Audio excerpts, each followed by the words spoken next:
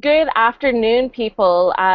This is Dallas again, checking in for Edcamp 3.0, and I'm going to be initiating the session for bring your own device into classes and the best practices for that bring your own device.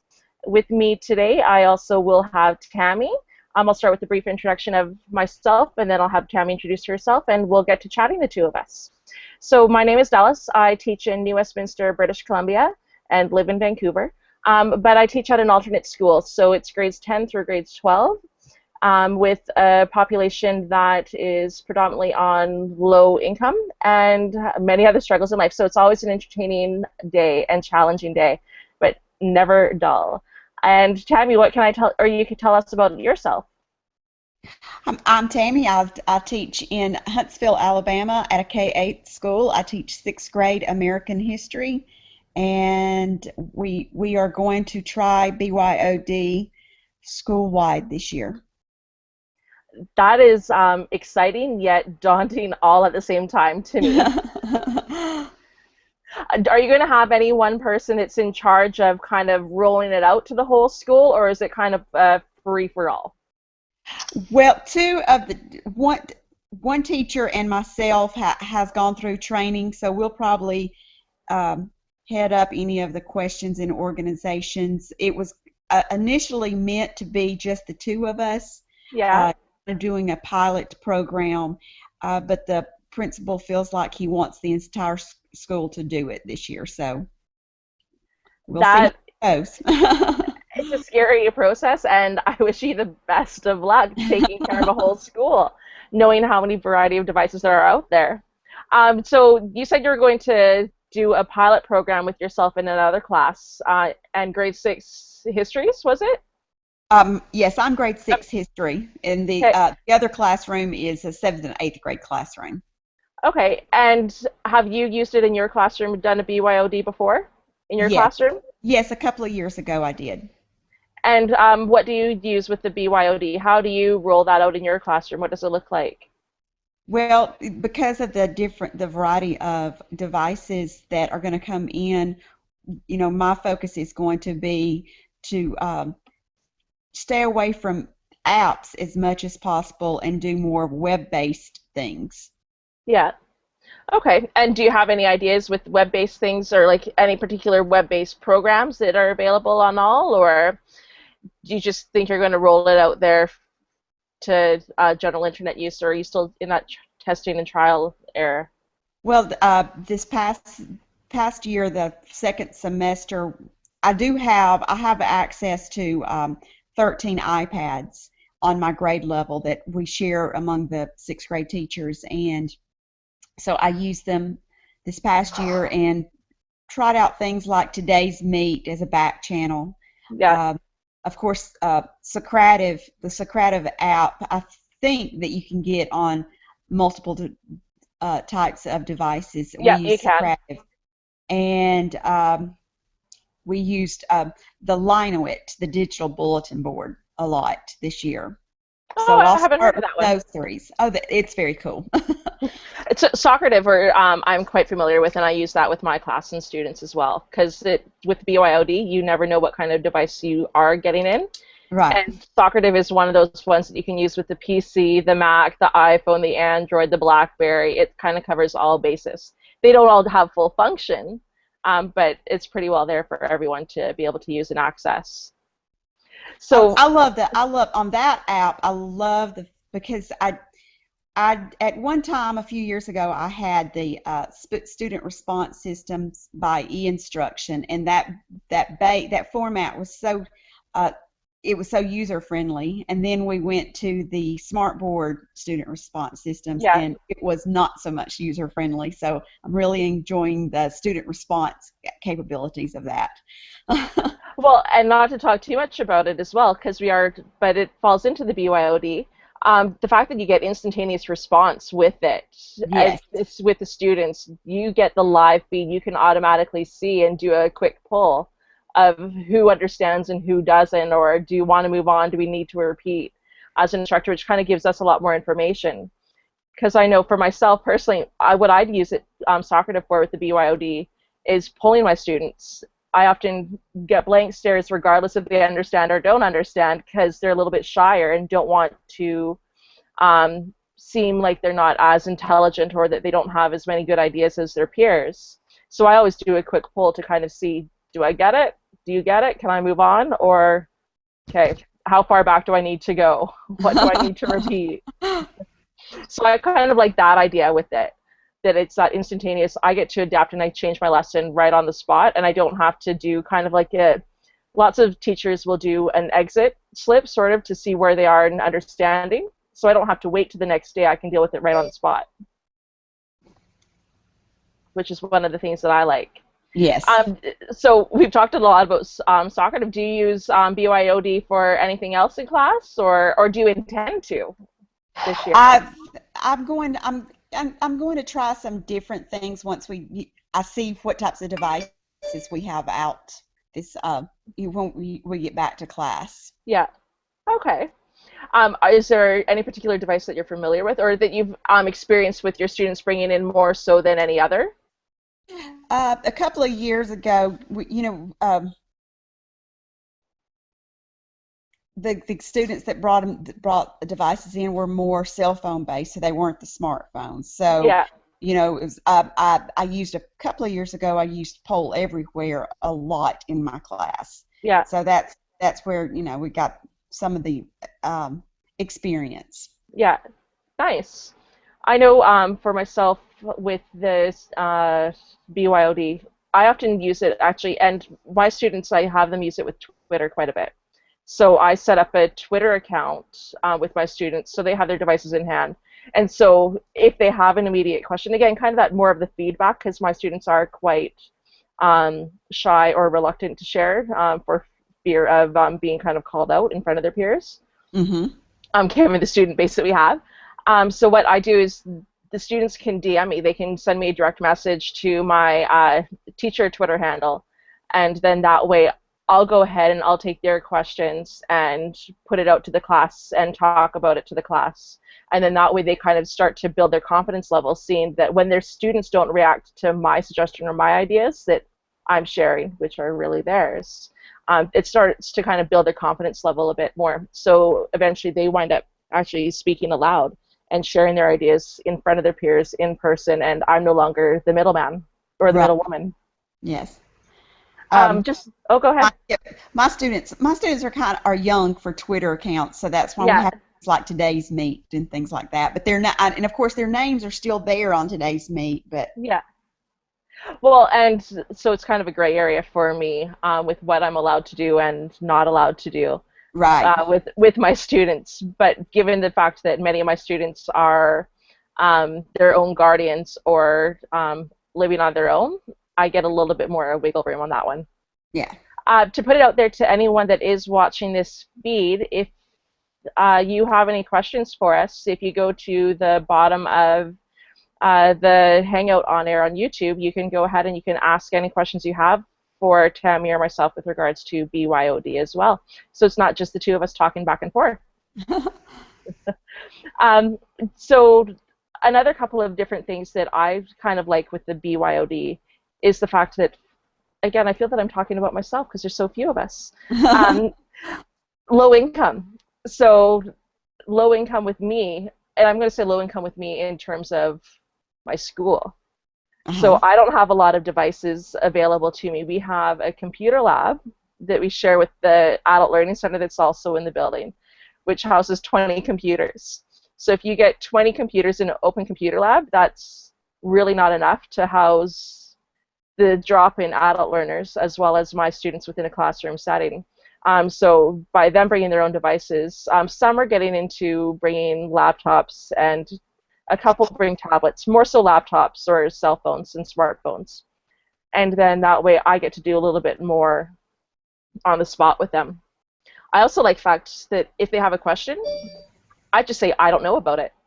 Right, right. I don't know the answer. And then I have them sit there and do and tag team and break them up and do a quick little web search and research online so they get the answers and I'm not just talking at them the whole Yes. time as well. And yeah, do you have any questions for me and how I use it or? What kind of so besides Twitter and just going out and researching questions, what other ways, what are other sites or apps that you use? Again, my students are older based than yours. Right. So one of the main ones that I live with on a daily basis in my third term when I teach PE, we have off-site PE class. So we're never on the school site because we don't have the gymnasium. We have physical classrooms, and that's really it. So what I do with them is I use the app that was formerly known as Remind 101. I Recently, love that. they just turned their name into Remind only. So just Remind, and then that way I get to send out a text to all my students because I know they all have cell phones. They don't Hmm. always answer them, but they get the text. Right. So I always send out a text on the day of and kind of saying where we're going, especially considering it's weather dependent because we're outdoors, so we have to kind of do a quick last minute game plan change if the weather turns foul and starts to rain on us because there's nothing better than a bunch of students miserable out in the pouring rain. So that's one of my other ones that I use. They also started using that one themselves to a couple of them started doing it for study groups, which I found quite interesting that they kind of went out and created their own little study groups and had one kind of person that they knew that was always in class collect different people's names, and they would start sharing in questions back and forth with that one because they weren't comfortable enough with sharing their private information and private telephone numbers. Right. But they were good with creating kind of like a study group captain for places and times to meet and that as well. So that just provided them another opportunity to communicate and share with each other. Yeah, I use Remind 101. One thing I like about Remind 101 is the running record of the text you've sent out. Yes, yeah. And why do you like that one? I know why I like it. Why do you like the running text that you send out? Um, well, with my age group, then you have the parents who will come back and say, well, I didn't know this, or so I have proof of communication with my parents. Yeah, it's yeah, that's exactly what I kind of use it as well for my students. I'm like, this is you, you've signed up, and this is the text I sent. They're Yes. like oh, because everyone gets into the habit. I think even I know I do. You get into the habit of just kind of if you're in the middle of doing something and a text or some notification comes through, you just automatically delete it, thinking you're going to go back later, Right. but often forget to go back later. So yeah, it's kind of a what we call in our program a CYA, cover your own fill in the blank. Yes. But yeah, so that's one of the reasons that I like Remind 101. Not too sure.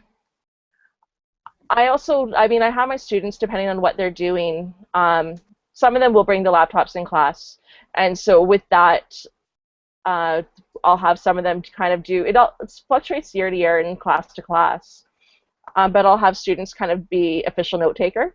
Uh-huh. Um, and then that way they kind of take a little bit of responsibility. And every once in a while, some of the students are more willing to lend out their devices during class time to share so others get the experience. So then that way they kind of also kind of get to take turns on sharing their notes and sharing things out and kind of being responsible for everyone for the day. So it's a kind of a meet in the middle BYOD because I'm not supplying the computers at all. But they're doing kind of computer-based stuff that they normally would in, a regular school in a regular classroom that has a computer or two or more. Right. Yeah. So I kind of get to do a little bit of a hybrid with my groups. Now, one of the apps, one of the sites that I use, and it comes as an app on your phone, and I found it quite useful this year having it on my phone. But it's Linoit, Linoit.com, Okay. and it's a digital bulletin board. So you put Post-it notes. So I use it like as exit slips Oh, okay. and open-ended questions and things like that. So and the students really enjoy. And does that automatically communicate back to you then through an account, or Yes, is it I something have the that they teacher have to then account. send? Yeah, I have the teacher account, and then when I use a QR code so to send my students to whatever bulletin, yeah, digital bulletin board that I want them to use, and so they scan the QR code and it brings up the bulletin board, and then they can put the post-it notes on it. And then on my teacher account, I can see the post-it notes as they're being posted. Oh, cool. So it's kind of a live feed as well then. Yes, yes. Nice. That's good then. I mean, I can see a benefit to that one. And sorry, that was Linoit. Can you spell that one again for me? LINOIT.com. Ah, excellent. And are there any other apps? Like one of the other ones that I've found with the BYOD for my students, especially when they're in some of their self-paced courses, because we do have a couple of self-paces that they go through.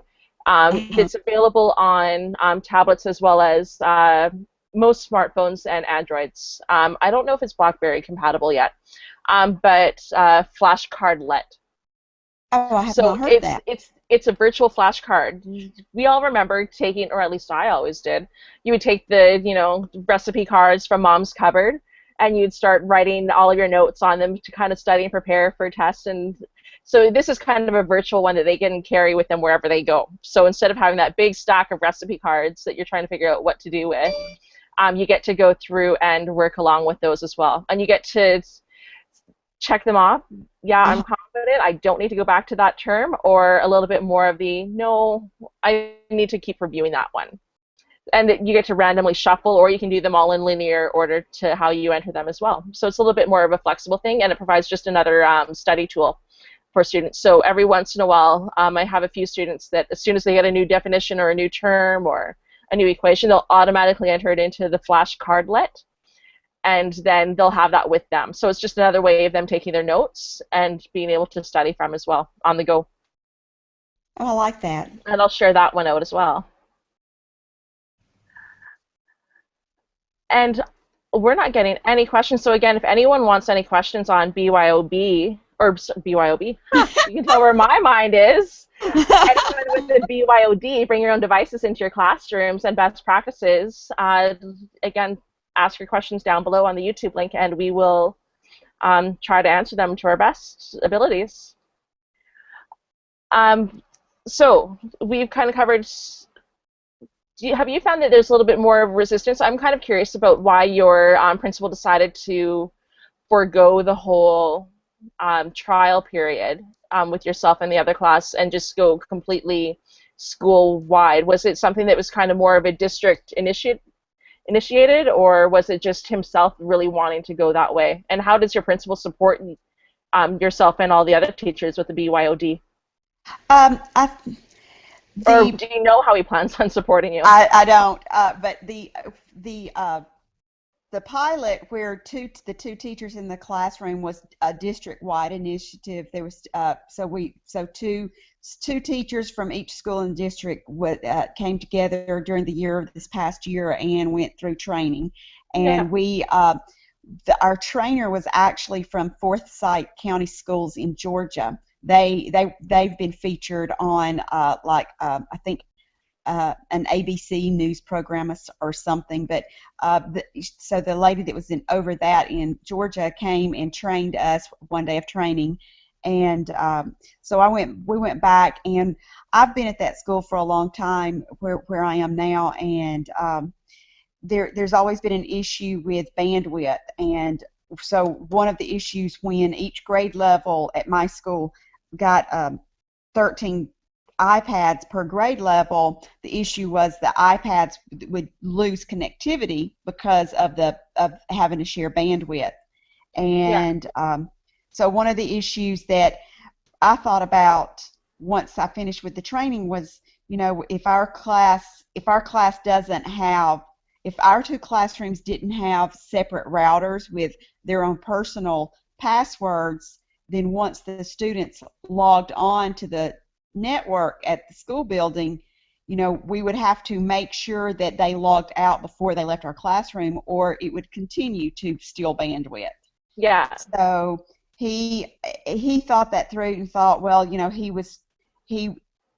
if he was going to have to put money into adding a better system to support the bandwidth, then he might as well, just go school wide Okay, with so go big or yeah. home. Yes. Okay, well, no, because that's always a concern too, right? Especially with schools that are buildings that are a little bit older, is getting that bandwidth through there that can actually properly handle a large group and a large number on the router and on the Wi-Fi at the same time, right? Because you Right. do need to have the Wi-Fi for it, otherwise you're going to have an impossibility of having the students going through and plugging it all in person. Right. Okay, so yeah, we don't have Wi-Fi. We're not allowed Wi-Fi Oh, wow. in our schools, so we kind of have a little bit of a secret setup. But we're also close enough to Starbucks. Oh, awesome. If you get to a particular corner in a couple of our classrooms, you can get the Starbucks Wi-Fi from across the parking lot. So I know a few of our students do that as well. I know I do when it's not always available to me. But excellent.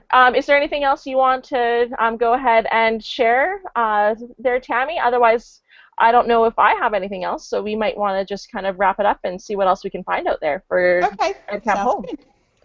Okay. Yeah, do you have anything you want to share at all, or no? No. I think I'm done. Awesome. Thanks for your time there, Tammy. Thank And you. for those of you watching, hopefully Tammy and I were able to provide you some sort of ideas on it. A couple of the apps that we were going for was, I was going to recommend the flashcardlet, and then Tammy, and you were recommending The Linoit. Linoit. And I think we both kind of thought a little bit highly of Socrative as well for one Yes. of the other possibilities, right? Yes. Excellent. Thank you very much for your time, Tammy, and thank you to everyone for watching us here with the BYOD Best Practices for EdCamp 3.0 in Session 2. Have a good night, everyone. Bye, Tammy. Bye.